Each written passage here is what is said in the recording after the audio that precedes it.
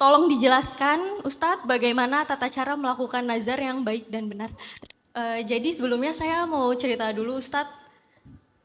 Jadi mungkin ini agak beda dari tema kali ini. Cuman ini saya mau cerita dulu. Jadi kami baru menikah 3 tahun yang lalu. Di mata saya, suami saya itu paket lengkap banget, Ustadz.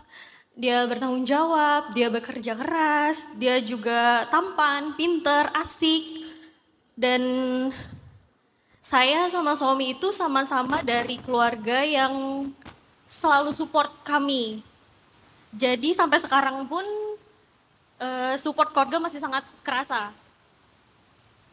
Di tahun pertama kami menikah, rasanya itu kayak nggak mau buru-buru punya anak. Jadi kayak sedih kasihnya aja sama Allah. Dan kami juga sangat menikmati momen awal-awal kami menikah. Lalu di bulan ke-10 ini, di bulan 10 awal menikah, itu kami juga sudah mulai melakukan pengecekan kesuburan suami istri. Dan alhamdulillah akhirnya nggak ada masalah yang parah dan bisa diobati. Dan kami juga mulai promil alami sesuai anjuran dokter. Dan dilanjutkan juga pengobatan alternatif kayak minum jamu, totok syaraf, dan juga obat-obat yang dari dokter itu. Saya lumayan banyak minum obat waktu itu. Tahun kedua juga rasanya udah mulai cemas, khawatir, kenapa saya juga belum hamil-hamil juga. Sampai akhirnya di tahun 2023, sekitar bulan Mei, kami memutuskan untuk melakukan program hamil inseminasi. Dan hasilnya pun nggak sesuai sama harapan kami. Dan rasanya tuh sedih, nggak karuan banget, Ustadz. Kita udah capek bolak-balik ke rumah sakit, kita antri totok syaraf itu tuh ramai banget, antri banget bener-bener dari pagi, dari sampai sore. Dan nggak lama, sekitar di akhir tahun 2023, sekitar bulan November atau Desember, itu saya sempat dapat mimpi kalau saya tuh lagi di depan Ka'bah, saya lagi cium Ka'bah, saya ngerengek, nangis, minta tolong segera dikasih keturunan yang soleha, yang soleh dan soleha. Dan gak lama juga suami saya mimpi hal tersebut juga, tapi dia lebih ke keliling Ka'bah katanya. Dan setelah kami sharing berdua soal mimpi yang kita dapatkan ini, terbesit di pikiran kami untuk melaksanakan ibadah umroh.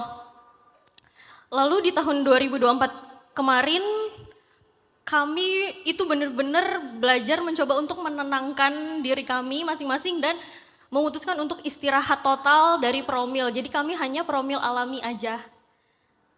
Mungkin memang banyak yang lebih lama dari saya, cuman ini yang memang saya rasakan, kami berdua rasakan, rasanya sedih gak karuan. Tahun 2024 kemarin saya banyak belajar kalau saya harus lebih banyak bersyukur dan harus lebih ikhlas. Jujur sampai sampai sekarang kami berdua masih sangat menantikan kehadiran buah hati di keluarga kecil kami, Ustadz.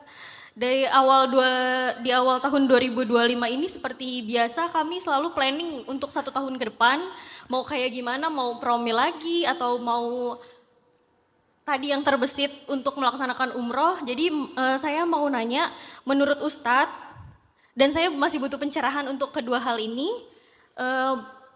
lebih baik lanjut promil lagi atau pergi umroh, karena dipikir-pikir biayanya juga sama. Dan satu lagi Ustadz, ada satu cara yang mungkin belum saya lakukan sama suami saya, yaitu melaksanakan nazar. Jujur saya masih belum paham cara yang baik dan benar untuk melakukan nazar. Nah, di sini saya mau tanya untuk tolong dijelaskan Ustadz bagaimana tata cara melakukan nazar yang baik dan benar. Sebetulnya dua-duanya pilihan yang sama baiknya ya. Cuman saya sangat percaya keajaiban itu terjadi di pintu Ka'bah dan di Raudhah. Sehingga kalau boleh ngasih saran, promilnya jalan tapi yang alami aja. Sedangkan biayanya mungkin sementara ini coba ketuk terus pintu rahmat Allah dengan mengibah ilhah. Ilhah itu apa sih? Ilhah itu meminta berulang kali, itu namanya ilhah. Dan Allah tuh suka kalau hambanya ilhah. Jadi jangan merasa cukup udah minta atau udah berdoa sekali. Kadang-kadang Allah tuh sengaja menunda mengijabah doa kita karena Allah pengen lihat seberapa ilhah kita kepada Dia. Seberapa berharap, seberapa merengek kita di hadapan Dia. Sehingga ketika Allah ngelihat kita ngerengek habis-habisan, Allah akan berikan justru dengan cara yang sangat istimewa. Jadi mungkin kalau Mbak Rizka ya, udah pernah umroh berapa kali sih? Sekali ya? Oh belum pernah umroh? Oh ya mimpi ya, mimpi umroh. Justru ini tanda sih, kayaknya Mbak Rizka lagi pengen diundang ke Tanah Suci. Dan siapa tahu nanti pulang dari sana, karena pengalaman pribadi saya setiap pulang umroh itu istri hamil. Dan hamilnya sesuai dengan permintaan gitu. Saya minta anak laki-laki, Allah kasih anak laki-laki, minta anak perempuan dikasih anak perempuan. Makanya saya percaya banget, setiap saya pulang umroh itu selalu ada kejutan. Baik masalah istri hamil ataupun dalam usaha, dalam beberapa hal hajat, itu selalu ada kejutan. Walaupun doa itu semua tempat baik, tapi kan ada tempat-tempat istimewa, ada waktu-waktu istimewa. Kalau boleh saran mah, kalau ada waktu justru Mbak Rizka sama suami coba program umroh pertamanya Ramadan justru.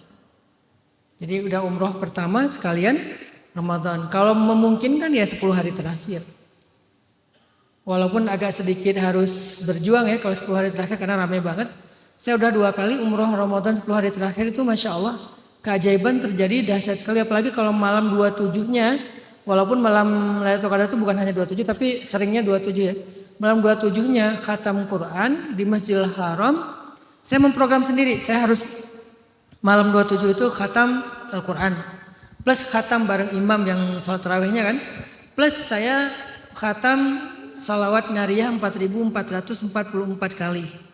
Allahumma sholli salatan kamilatan wa sallim salaman taman ala sayyidina Muhammad alladzi tanhalu bihil uqadu wa tanfarju bihil uqrabu wa tuqda bihil hawaiju wa tunalu bihil raqaibu wa husnul khawatim. Wa istasqal ghamam biwajhil karim wa ala alihi wa sahbihi fi kulli lamhatin wa nafasin bi adadi kulli ma'lumil lak 4444 kali. Total saya baca di tasbih digital itu waktunya 20 jam. Tapi kan dibagi sekian hari ya. Enggak sekali duduk karena enggak mampu kalau sekali duduk dibagi sekian hari.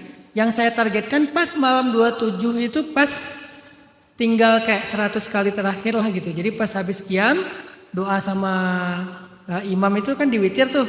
Habis qiyam yang pertama kan dia dibagi-bagi tuh. Qiyam pertama itu sampai jam 10 malam.